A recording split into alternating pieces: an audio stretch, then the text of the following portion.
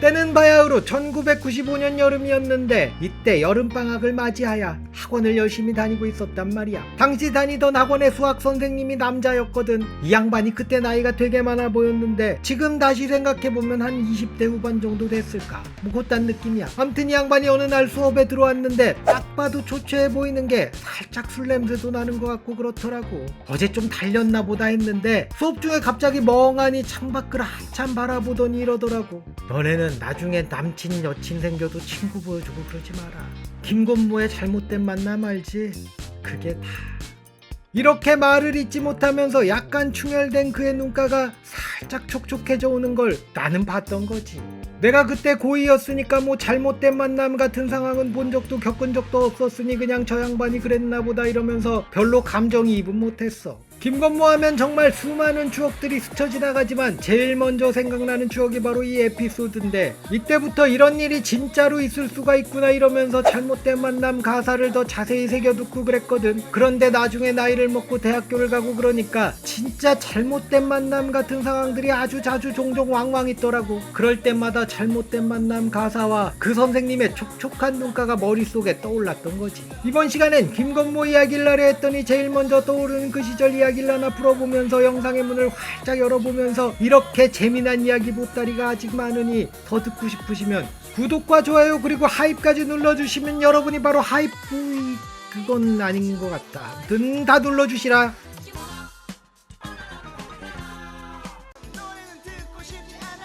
김건모는 1992년 10월 1집을 내고 가요계에 데뷔했지. 김건모는 가수 데뷔 이전에 1991년 평균율이란 밴드에서 키보디스트로 한번 데뷔했던 경력이 있었는데, 이 평균율이란 밴드는 넌 언제나라는 명곡을 남긴 모노의 음악적 핵 박정원이 베이시스트로 몸담았던 밴드였어. 하지만 김건모는 서울예대 선배였던 박미경의 소개로 라인 음향의 프로듀서 김창완을 만나게 되면서 평균율을 떠나 솔로 가수로 데뷔를 준비하게 되지. 이 당시 평균율 앨범 자켓에 보면 건모야 열심히 하자라고 써있거든. 밴드 멤버들도 김건모가 잘 되길 바랬던 것 같아. 이렇게 준비한 그의 1집이 발표되면서 타이틀곡 잠 못 드는 밤 비는 내리고로 활동을 시작하는데, 내가 이 당시 별이 빛나는 밤에에서 이 노래를 처음 들었거든. 야, 이 노래가 진짜 너무 좋아서 깜짝 놀랐었단 말이야. 음색도 너무 특이하고 노래도 너무 좋고 한 번 듣고 바로 딱 꽂혔던 거지. 그래서 그냥 바로 다음날 레코드 가게로 달려가서 요렇게 김건모 1집을 구매했던 거야. 역시나 아니나 다를까 우리 동네 탑백기였던 내가 딱 느낌이 온 노래답게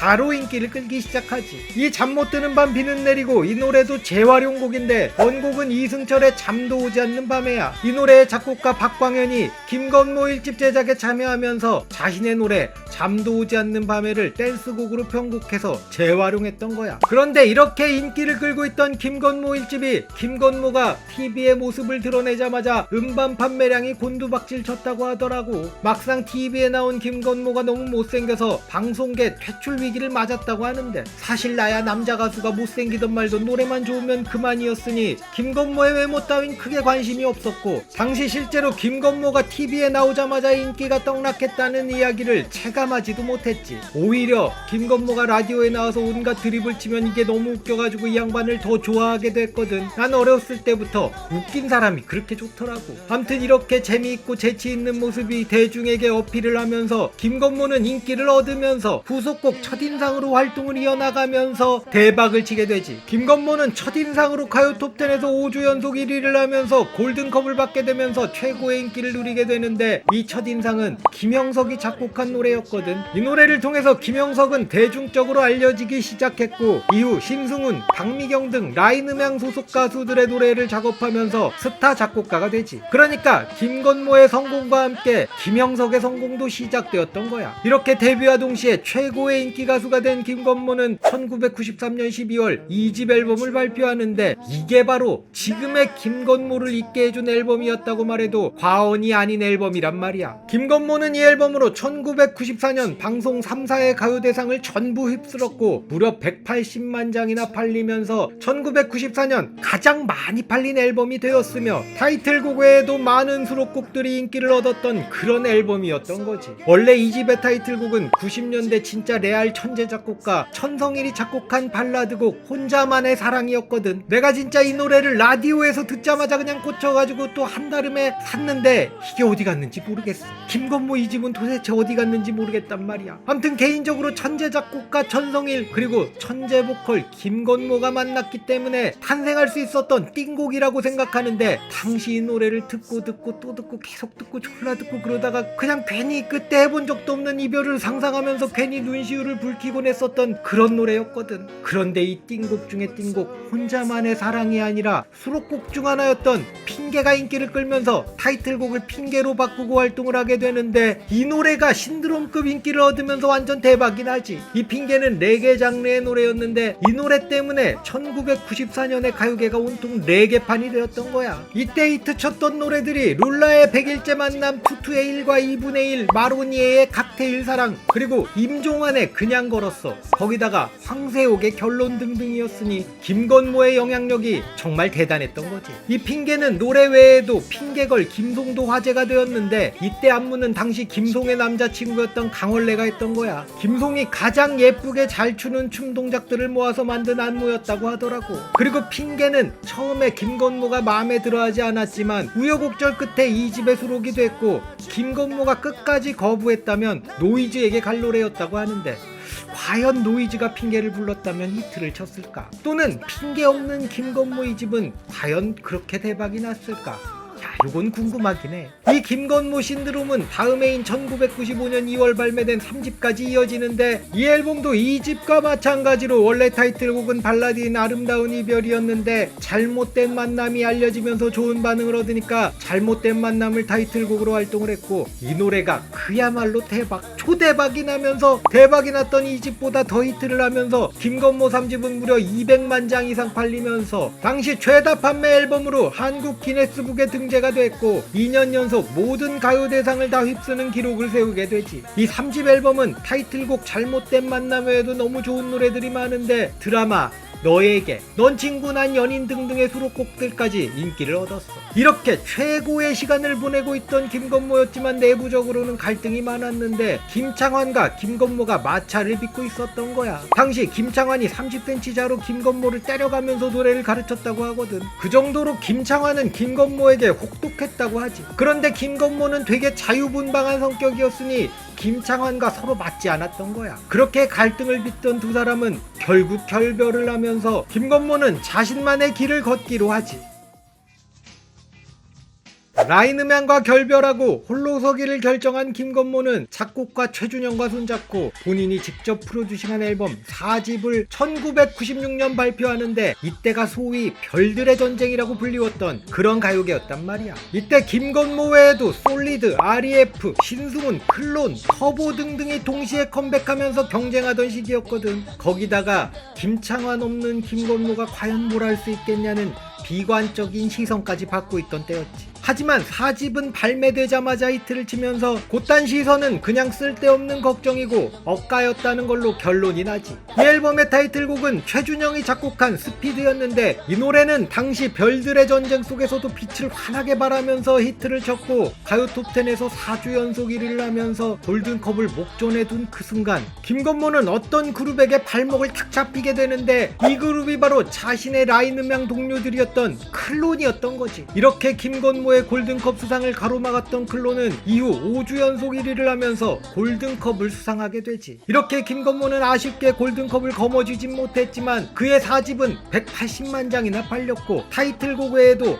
테마게임, 악몽, 미련 등등의 수록곡들이 인기를 끌면서 그의 홀로 서기가 성공하면서 2집부터 시작된 그의 전성기가 최고점을 찍었던 거지. 이어서 1997년 12월 김건모는 5집을 들고 돌아오는데 4집에서는 최준영과 함께 했던 했다면 5집에서는 윤일상과 손을 잡고 앨범을 제작하면서 음악적 방향도 이전과 완전히 바뀌는데, 이전엔 음악들이 트렌디한 댄스였다면 5집부터는 좀 더 흑인 음악 색깔이 진해졌단 말이야. 5집의 타이틀곡은 사랑이 떠나가네였는데 이 노래는 전주의 톱 연주가 아주 특이하거든. 내가 이 당시에 라디오를 틀어놓고 듣다가 작곡을 했는데, 그런데 자다가 잠이 깼어. 근데 어디서 너무 오싹한 음악이 들리는 거야. 진짜 너무 무섭더라고. 이게 무슨 음악인가 이불을 뒤집어 쓰고 잘 들어보니까 김건모의 사랑이 떠나가네였던 거지. 지금도 사랑이 떠나가네를 들으면 그때 이 노래에 덜덜 떨었던 그 기억이 난단 말이야. 암튼 이 사랑이 떠나가네도 인기를 끌긴 했지만 후속곡 뻐꾸기 둥지 위로 날아간 새가 더 히트를 치면서 가요 차트 1위를 싹쓸이하면서 역시 김건모는 김건모다. 아이돌판이 된 가요계에서도 김건모는 여전히 독보적인 존재임을 증명했던 거지.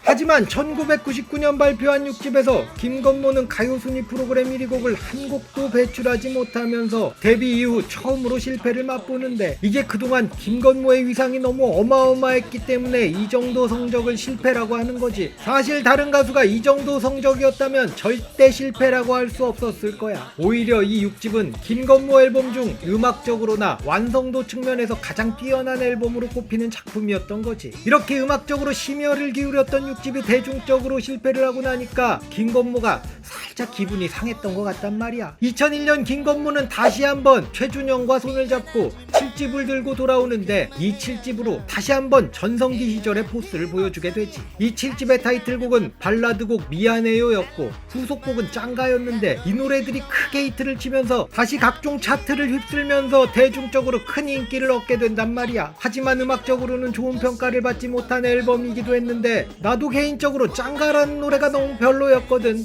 솔직히 이게 김건모에게 어울리는 노래인가? 김건모라는 가수가 이런 노래를 부르는 게 맞는가라는 생각이 들었단 말이야. 음악적으로 좋은 평가를 받았던 6집이 대중적으로는 좋은 반응이 없었고, 반대로 대중적으로 폭발적인 반응은 있었던 7집이었지만 음악적으로는 그다지 좋은 평가를 받지 못한 걸 보면 역시 대중성과 음악성이 반드시 비례하지 않는 것 같단 말이지. 암튼 이 7집이 그의 마지막 밀리언셀러 앨범이 되면서 김건모의 전성기는 여기서 마무리가 되었던 거야.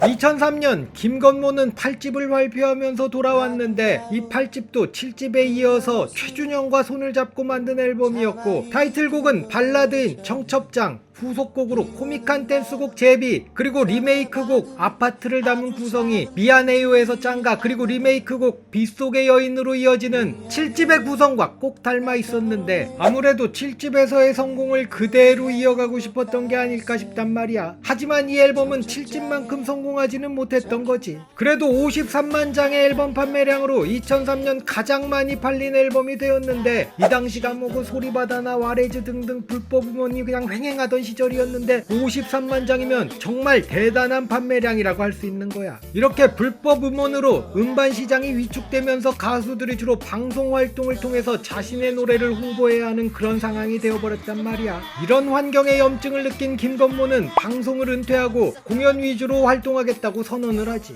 그렇게 내놓은 9집은 아예 방송 활동을 하지 않았단 말이야. 그러니까 홍보도 안 되고 자연스럽게 음반 판매량도 박살이 나고, 그러면서 결국 2005년 10집을 발표하면서는 다시 방송에 복귀하게 되지. 아마 나쯤 되면 방송 따위 안 나가도 활동하는데 문제 없을 거야 라고 생각했던 것 같단 말이야. 하지만 그게 생각대로 안 됐던 거지. 이 10집으로는 다시 방송 활동을 시작하면서 타이틀곡 서울의 달로 활동을 하는데, 이 당시에는 이 앨범은 크게 히트를 치지 못했어. 그도 그럴 게 이 앨범은 음악적 완성도에 집중한 앨범이었고, 그만큼 대중성이랑은 거리가 좀 있었던 앨범이었지. 그런 만큼 음악적으로 김건모 최고의 앨범 중 하나라고 평가를 받는 앨범이란 말이야. 이 앨범의 타이틀곡 서울의 달은 지금도 김건모 하면 딱 떠오르는 그의 띵곡 중 하나잖아. 이 노래가 당시에는 아주 크게 히트를 치진 못했어. 하지만 이후 꾸준히 사람들에게 회자되면서 지금까지 큰 사랑을 받는 김건모의 띵곡이 되었던 거지. 이렇게 훌륭한 앨범을 들고 돌아 돌아왔지만 대중들의 반응은 그의 기대에 미치지 못했고 이후 2007년 발표한 11집도 인기를 얻지 못하면서 계속되는 부진에 김건모는 파격적인 결단을 내리는데 그게 바로 김창완과의 재결합이었지. 이렇게 김창완과 다시 의기투합해서 12집, 13집을 내놓지만 이 역시도 크게 인기를 끌지 못하면서 김건모의 전성기를 돌리는 데는 실패했던 거지. 13집이 지금까지 김건모의 마지막 정규 앨범이 됐어.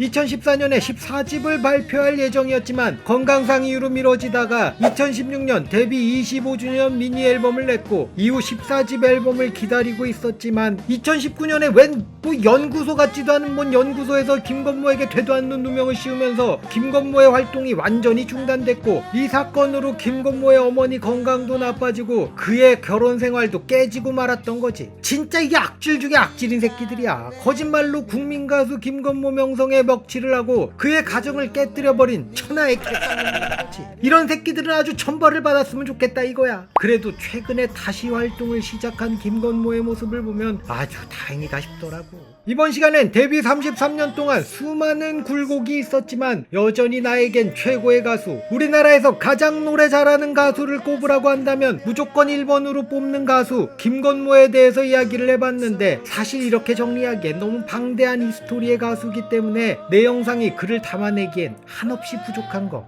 같다네. 그래도 고난과 어려움을 겪고 다시 활동을 시작한 건모 형님을 응원하는 마음을 담아 만들어본 영상이야. 이젠 건모 형님 앞에 꽃길만 가득하시길 바란다네.